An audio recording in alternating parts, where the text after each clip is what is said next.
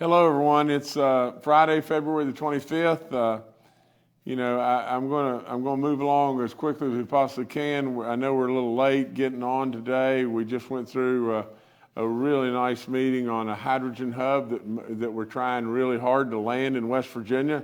Senator Manchin kind of headed up the call, and Senator Capito was on, as well as Congressman McKinley and a bunch of the energy folks and a bunch of the economic development folks from our side, as well as energy folks from D.C. But a good meeting, a good first meeting and everything. We're going to keep plowing as hard as we can to see if we can land that in West Virginia, and it'd be a really exciting time to encompass all forms of energy and everything. And if there was ever a time in our nation and in our world today, we ought to recognize with what's going on in Russia and Ukraine and many other parts of the world, just how energy can be weaponized. And I would just pass this on. I won't belabor on this at all, but I would pass on to the Biden administration, it's time to reset. It's time to step back and say, as Jeffro Bodine would say, Pert and I made a mistake, didn't I, Uncle Jed? I mean, with all that, if you just step back and reset, the American people would understand. If you step back and said, for God's sakes a living, this country needs to be totally energy independent. Without any question whatsoever, if we were that today, we would feel better, we would feel stronger, we would be better for the world in every way. Now, all of us want absolutely clean air, the most pristine waters, absolutely without any question, that is exactly what I want. Now, my family's been in the coal business for generations, but that doesn't mean that my family's not rock solid behind doing the right things in every way we possibly can for the environment, and our heart being in the right spot. But absolutely, it ain't going to matter where our heart is. If we have people on our doorstep, and dragging us back into another major war situation, it ain't going to matter where our heart is. At the same time, we want to do any and everything we can to solve all the potential climate issues in every way. And I would say, with all in me, some way, somehow, to God above, we may just have to have some time, some extra time, in order to be able to be totally energy independent.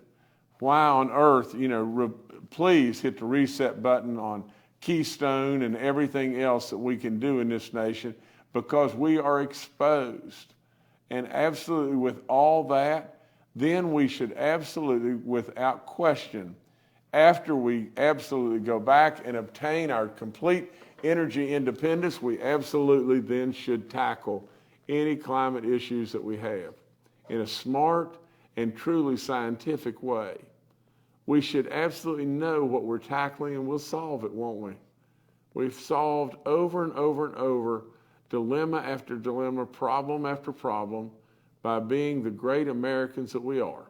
Now, to me, that's my tidbit. You watch on TV and we're all concerned. Prices will probably go through the roof for energy. And with all that being said, with where we are inflation-wise and all the challenges we have right now, without any question, it's not going to be good. I would challenge the Biden administration, it's time to reset. I go back to Jeffro Bodine standing by the cement pond with an anvil in his hand and a chain tied to the anvil and to his ankle. And he said, and Jed walked up and said, Jeffro, what are you doing?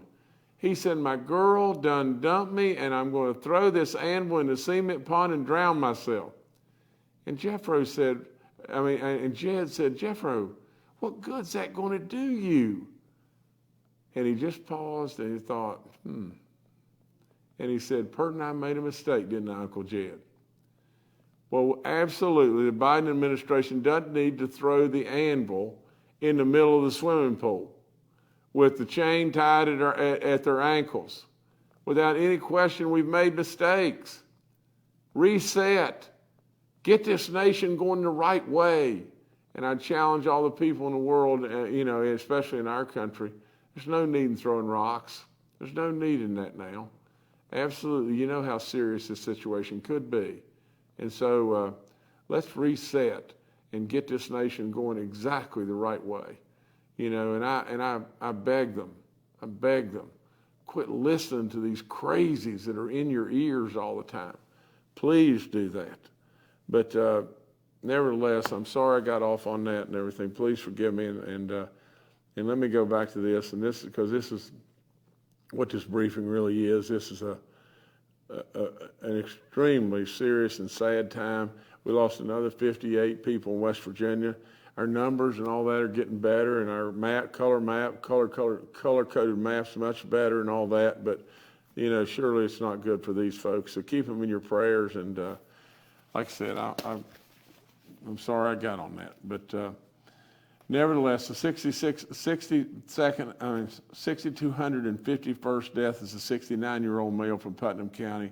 The 6,252nd death is a 78-year-old male from Kanawha County. The 6,253rd death is a 71-year-old female from Calhoun County. The 6,254th death is a 73-year-old female from Harrison County. The 6,255th death is a 77-year-old male from Mercer County.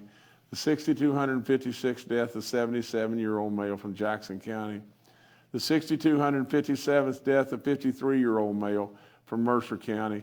The 6,258th death, a 67-year-old male from Raleigh County. The 6,259th death, a 75-year-old female from Greenbrier County. The 6,260th death, a 71-year-old female from Lincoln County.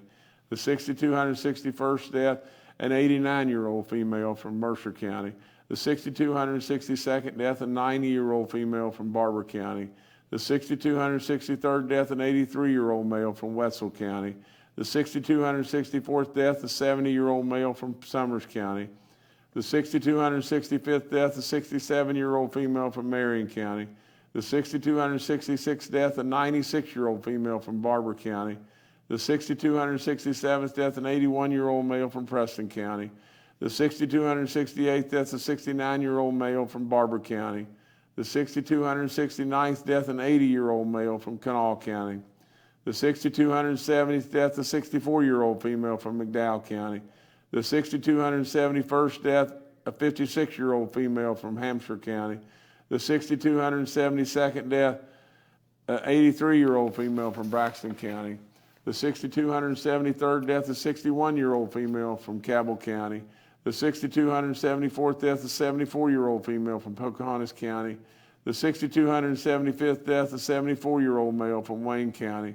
The 6,276th death, a 63-year-old male from Boone County. The 6,277th death, a 71-year-old female from Preston County. The 6,278th death, a 66-year-old male from Raleigh County. The 6,279th death, an 80-year-old male from Barber County. The 6,280th death, an 85-year-old female from Marshall County. The 6,281st death, a 72-year-old female from Nicholas County. The 6,282nd death, a 71-year-old male from Cabell County. The 6,283rd death, good gosh. Oh, I hate this when I'm going through this. A 30-year-old male from Wayne County.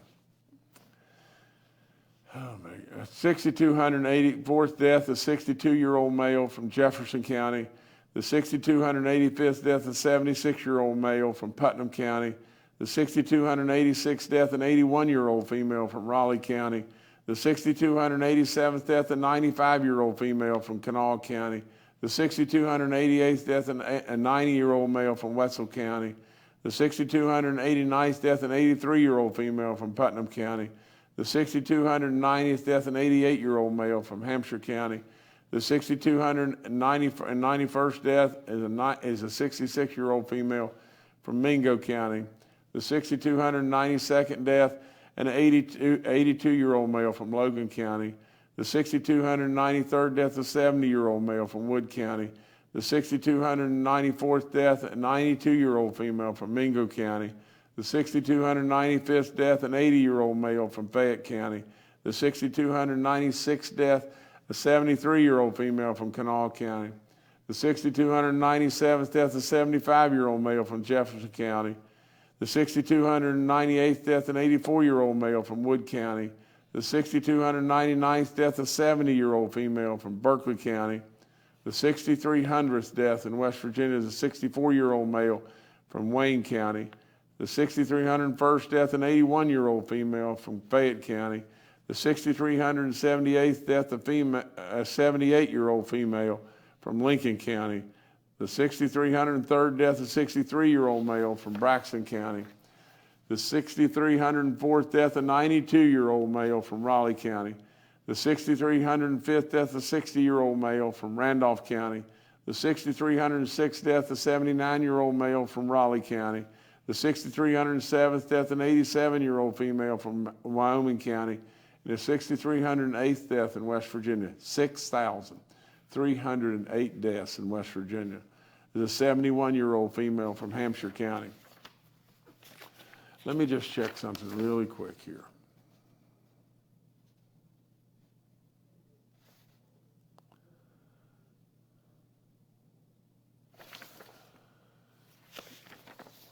I'll talk to you just in a second about this, but I just read 58 names of people we lost in West Virginia. One of them very tragically 30 years old. Of all these people, 58 of them, one of them 30 years old. Take that one out of the mix. 57 people. How many of these people did I read that were under the age of 50? Zero. Zero. How many did I read under the age of 60? 2. Now I'm telling you, if you're fully vaccinated and you're 60 years old, you're 50 years old, and you don't get that booster shot, that's nuts. That's all there is to it. You are exposing yourself like crazy. We're losing our wisdom in West Virginia. Absolutely, these people absolutely could guide and direct our young people. They're absolute sons and daughters, and we're losing our wisdom. You got to get that booster shot. That's all there is to it. Active cases are just over 3,000, 3,309. New positive cases, 913. Our daily positivity rate's at 5.97. The cumulative is 8.39. All those are, well, the cumulative is still going to move, on the upward trend and everything, but everything here is looking better. We're almost to 480,000 recovered cases in West Virginia. We've got 588 in the hospital, 133 in the ICU units, and 76 on ventilators. That 588 in the hospital, it's been a long time since we were there. We were almost double that not long ago. Look at our map. Look at our county, our statewide map. No red, no orange, 32 green counties. All that looks so much better. The CDC, and just wait to hear from them and everything. Who knows what they'll come up with next? But they're moving toward guidance on loosening the mask mandate. Yay, yay, yay, yay, yay. About time. So from the standpoint of one other thing, this one I'm going to take time and go through. This is really good stuff right here. There's a third round of pandemic benefit that is coming, our way and everything, and this is called the PEBT benefits. It basically provides school lunch programs, and we've already received the benefits of $328 million. This is a third round that's going to pour in another $82 million in West Virginia in regard to that. Secretary Crouch could have more about that, but that's good stuff. As far as the home test units and everything, go to our covidtest.gov and you can get all the information on that. The Biden administration also is providing 3 N95 masks per person. That's at the pharmacies and at the health centers. I've told you about the antibodies. We do have 2 different types that we can fight with and everything. Some of them have been discontinued and everything, but if you get feeling bad, get tested quickly, where we'll know if you're positive, and then we can move and try to do something about it. You know, from the standpoint of our National Guard, you know, I go over and over and over just how incredibly important that they are, and all the great stuff they're doing. Now that the next greatest thing that's going on is with the potential trucker situation in D.C. We're deploying 80 of our guard members, you know, to D.C. to help with traffic control and pedestrian control and all that in D.C. right now. These people do everything, and God bless them in every way, every single way. I've told you about the booster stuff. You know, get your booster shot. I've told you about our numbers the other day. We crossed 90% again for our 65 and olders that have had 1 shot. That's really good. We're up to 409,931 people that have had a booster shot. That's not nearly as good as what we want it to be, but it's better, but it's just slow. All the information on our COVID line is up. You know, all the free testing stuff. We thank Frith, we thank Walgreens over and over and over for all the good stuff that they've done. We got 146 outbreaks in our long-term care facilities, none in our church community. We're down to 145 inmate cases and 38 staff cases, and that's good stuff. You know, we surely want it to be 0, but at one time it was approaching well over 1,000 staff and inmate together. I remind you about giving blood. It's really important. I remind you about calling us about this rental assistance. If you're a renter or a landlord, call us. We may very well be able to turn some money right in your pocket. This Job Jumpstart program is on our way. We're mimicking Oklahoma on that. There was a lot of good results in Oklahoma. We're going to give people a $1,500, you know, incentive check if we can get you back to work and on the job. It'll help our businesses that are looking for you.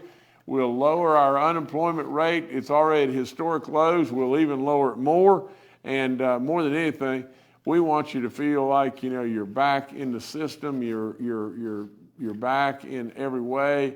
You have every reason to be really proud of yourself, and we want you back to work. So it's there for you. It's open to you right now. I've already said something about Ukraine and all that's going on there.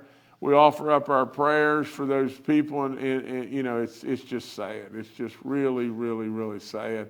And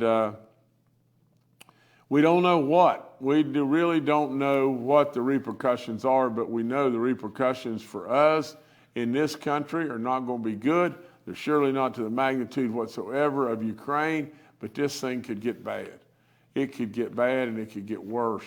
And so, you know, we don't know, you know, the marriage, if there is a marriage that is happening between China and Russia. We don't know to the extent of what Putin really wants to do. We know in his heart he'd like to put everything back together to where the Soviet Union was at one time, if not more. You know, it's dangerous. It's dangerous. And so with all that being said, I don't think we need to be throwing any rocks at this point in time, but for God's sakes a-living, we need to realize we have made one whale of a mistake in this country. The pipeline should be finished in West Virginia. The Keystone Pipeline ought to be up and going. We ought to be absolutely, without question, you know, trying to embrace anything to make our environment and the world better. But we got to live here, don't we? And really, when it really boils right down to it, what we've got to do is we've got to realize that there's some real bad actors out there. And with all of that, the United States of America could be totally energy independent, and the bad actors would be minimized at that point in time. You know, without any question, we've got to do that first, and then tackle all the climate issues after that, which I know we can win too. We can win that day. We can solve those problems. But for crying out loud, you can't do it running down the street with your hands tied behind your back. That's not going to work. and especially if you're running down the street with your hands tied behind your back and somebody's shooting at you.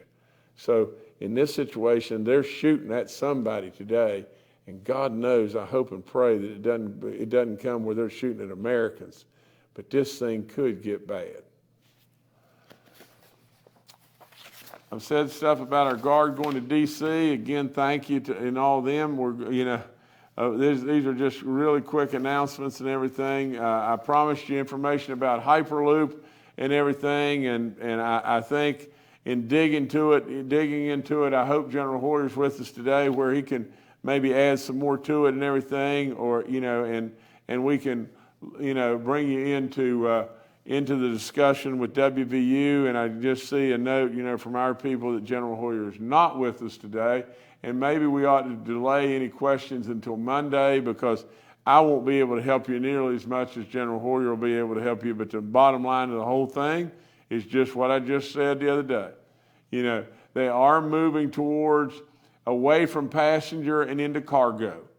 We think the concept of what they have is intriguing beyond belief. These people are good people. We're going to keep pushing them. They're going to keep pushing us. We're going to make it happen to the very best we can possibly make it happen. But we got to realize one thing for sure. Things change, don't they? They just change. What are we doing? We're fishing with lots of different rods in all kinds of different areas and everything, and we're bringing them in all kinds of different ways. Things change. We move on. We keep pushing, and we keep moving on, and we keep fishing. The only other thing I've got is the big buck contest winners we're going to announce, and we're going to announce it as quick as we get done right here and everything, and we congratulate, we'll be congratulating, really, to tell you all the truth, a whole lot of kids. And so that'll be fun stuff. Anyway, thank you so much. That picture just came up there. Put that back up, Jordan. I wasn't there that day. There's a little dog, it was one of my bird dogs. Her name's Jazz, and a pretty little English setter and everything.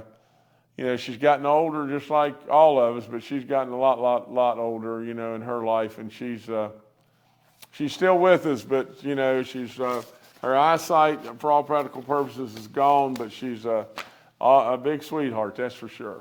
Thank you so much. All right, thank you, Governor. We'll now hear from Secretary Bill Crouch with the DHHR.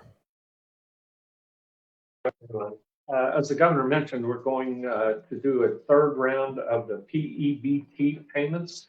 That's the Pandemic Electronic Benefit Transfer program that benefits students who would have received free or reduced lunches under the National School Lunch Program due to COVID-19. West Virginia's program is administered jointly by the Department of Education and DHHR. DHHR will roll out benefits in April of 2022 and apply those benefits retroactively to the beginning of the school year. Families with eligible students can expect to receive a single issuance for the fall 2021 term and 2 additional payments for the spring 2022 term. Households will receive a letter from DHHR about their student PEBT benefits. The ongoing pandemic has provided uncertain times in our schools, and we're hopeful that these payments will assist families in keeping children nourished and ready to learn. Thank you, George. All right, thank you, Secretary. Dr. Clay Marsh is also joining us today and is available for questions. Retired Major General Jim Hoyer and Dr. Ayn Amjad have prior engagements. They will rejoin us on Monday. We'll now go to questions from members of the media. The first today from Kenny Bass with WCHS and Fox 11. Hi, thanks for taking a moment for a question. Governor, both the DEP Cabinet Secretary and you reacted to reports about ethylene oxide emissions in the Kanawha Valley last week. Could you talk about the efforts from your standpoint by the DEP to check into that situation, which was created by the EPA, and if you're satisfied with their efforts and the direction that we're moving as far as that problem is concerned? Thank you. Well, Kenny, for what I know, I am completely satisfied. From what I know about his heart and his soul, Harold Ward, is a really good man. And from that standpoint, from what I know about just the fact that he's a West Virginian, and he wants goodness for West Virginia. And I do know that from the standpoint of compliance, and I don't think, and you know, EPA is tough.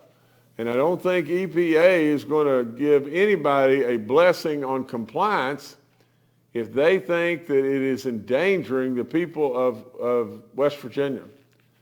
You know, I think what happened is you had a wannabe newscaster that started running through the streets screaming fire, fire, fire, fire.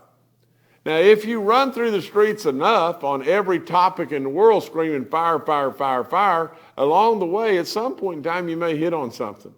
But in this situation, I really do believe that, you know, with the good work that the DEP is doing, I've got to have confidence in them. You know, to be perfectly honest, this is way above my pay grade as far as technicality. I've got to depend on the DEP. And the DEP has done a rock solid job, and they've been completely transparent in what they're doing, and they're going to continue to work on this. And if something changes, we change with it. And so we'll continue to monitor and we'll continue to do the work. But that's all I can give you, Kenny. All right, thank you, Kenny. Next to Charles Young with WV News. Hi, this is Charles Young with WV News. Governor, I want to follow up on my question from earlier in the week. You said you were going to speak with the folks at WVU about Hyperloop. Is there anything else you can tell us about that situation? Just what I just said just a second ago, you know, Charles. I think now we have confirmed they're moving away from Hyperloops, moving away from passenger transportation to transporting goods, and I think there's still a real opportunity here in West Virginia, and you know, and we're still standing in the wings, you know, welcoming them in every way. I think WVU is still at work, you know, with Hyperloop right now. General Hoyer is working that as well, and I think he'll come in on Monday. I was hopeful that he was here today, that he could give more in-depth stuff, but the last thing I would just say to anyone and everyone, you know, good sakes of living, you know, there's so many businesses that are calling, wanting to come to West Virginia right now. It is unbelievable. And with the good work, you know, of our commerce people, you know, and Ed Gaunch, or our, you know, economic development people, and, you know, Mitch Carmichael and Mike Grain, good gracious, they're doing fabulous work. And so with all that, we're just going to keep piling them up. We're going to just absolutely keep them coming to West Virginia. And we're going to have some, you know, some bumps and bruises along the way, and that don't work out exactly maybe the way we hoped it'd work out. And if this happens to be one of them, fine. And if not, you know, it may very well even do better than what we'd hoped it would do before. But General Hoyer can bring a lot more on Monday to that too. All right, thank you, Charles. Next to Evan Bevins with Ogden Newspapers. Thank you. I was hoping to get Dr. Marsh's thoughts on what the CDC may be recommending about masks soon, and what his thoughts are on you know, the importance of masks as we move into, you know, this situation with the virus. Thank you. Dr. Marsh, please. Thank you, Governor, and thank you, Evan. So the CDC has made, I think, a decision that because hospital numbers are down, cases are significantly down, and Omicron is very infectious, that having the same standards to recommend masking would not make sense at this point.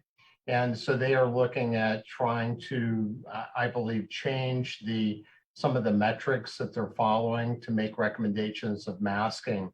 But I think that, Evan, what you've seen around the country and what the governor has been very consistent in doing is to make the mask policies really done at, you know, the local levels. And I think that as we go forward, what you will see is that there's going to be a transition from governmental direction of people to empowerment of people at individual levels to be able to manage their own health and their own protection. As the governor said many times, and all of the data supports this, that being fully vaccinated and boosted is absolutely the best way that anyone can protect themselves from getting COVID, from getting sick, going to the hospital with COVID, dying of COVID, and even being more susceptible to long COVID. And if you are over 50 years old, as the governor pointed out today, as he read all the names at the beginning of the press brief, if you're over 50 years old and you haven't been fully vaccinated and boosted, please do that. And in that way, if you're in the most vulnerable age categories, over 50, 65 or older with other medical conditions, you may decide that wearing a mask to protect yourself if you're in indoor settings with other people that you don't know might make sense, because we know that if you're not fully vaccinated and boosted and older, then you are the prototypical person that has a higher risk for getting really ill with COVID-19 if indeed you do catch it. Thank you. All right, thank you, Evan. Next to Paul Mullen with WCBC. Morning, Governor. Good morning, everyone. Good to hear Dr. Marsh was able to answer a question. I thought he was going to get off scot-free with nothing today. The question I have for you, Governor, regards the surpluses that you have been reporting month after month in the budget. When you have, and I hate to call it extra money, but we'll call it extra money, usually you come up with a plan with what to do with it. What are your plans? What can you do unilaterally? What would you need to get permission from the legislature in doing? Thank you.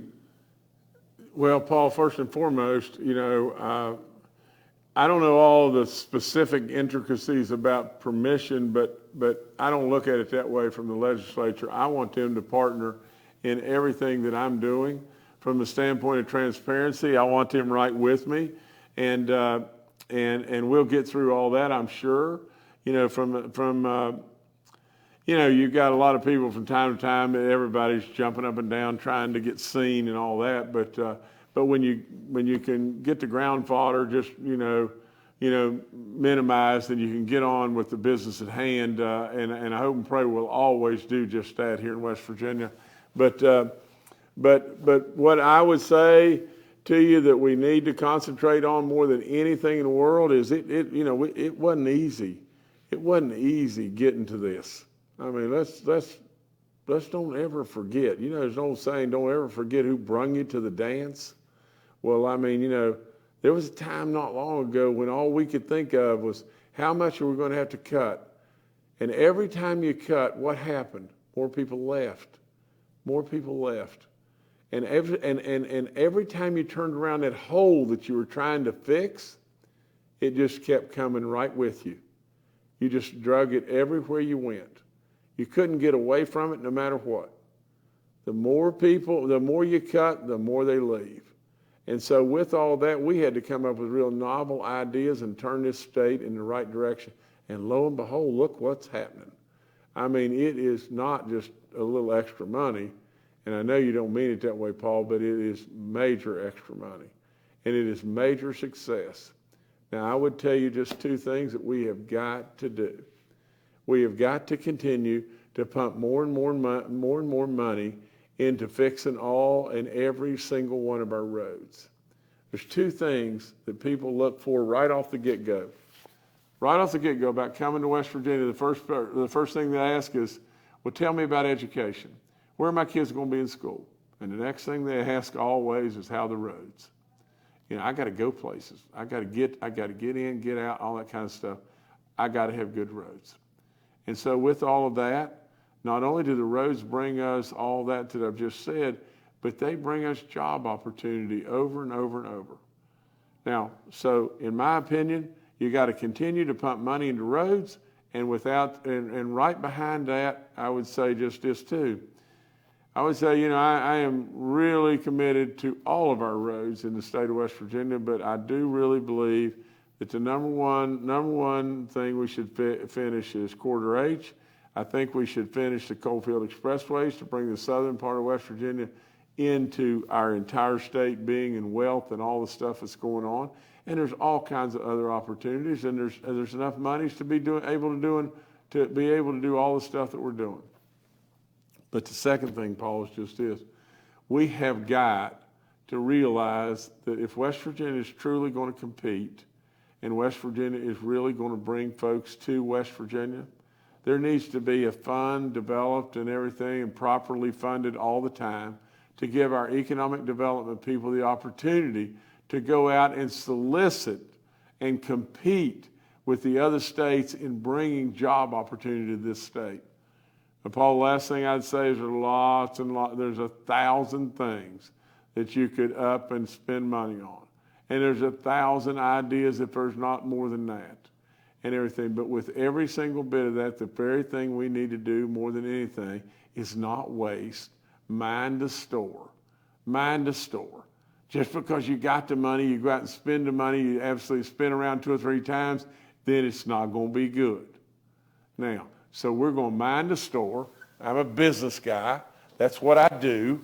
We're going to mind the store, and we're going to absolutely do the right things with that money, and we're going to do it transparent, and we're going to do it arm in arm with the legislature right with us. So that's it. All right, thanks, Paul. Governor, I'll turn it back to you. Okay, I'm going to be real quick. I haven't made any notes today and everything. I'd ask for your prayers for these people that we lost. I'd ask for your prayers for all the people that are in Ukraine and you know, even the misguided Russians. I'd ask for your prayer for them to where they could get their heads going in the right directions.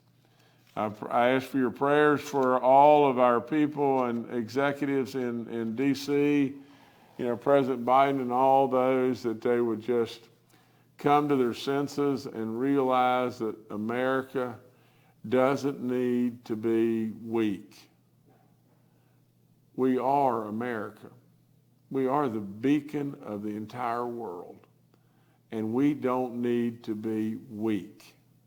And with all of that, we have the opportunity, because again, it's just fallen on us out of the sky. But it just didn't happen that way. God made this happen.